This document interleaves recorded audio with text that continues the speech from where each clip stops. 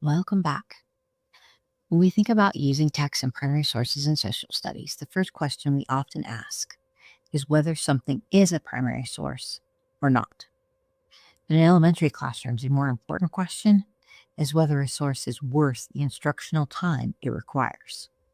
Instead of focusing on labels, this module asks us to shift our thinking.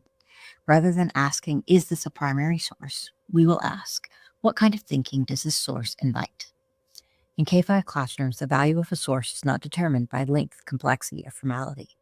Young learners have limited background knowledge and developing reading skills, which means the most effective sources are the ones that create opportunities for thinking, discussion, and curiosity.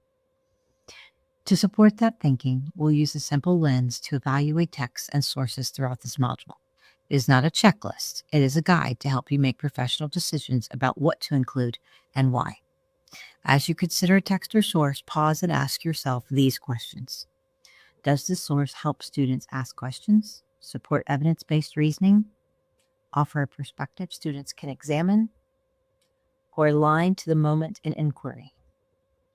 A strong source does not need to answer everything. It needs to give students something to think about. One of the most important considerations in elementary social studies is access.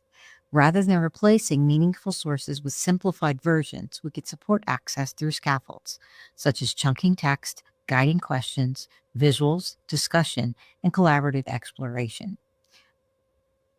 Also, consider the possibilities of how AI can help with this.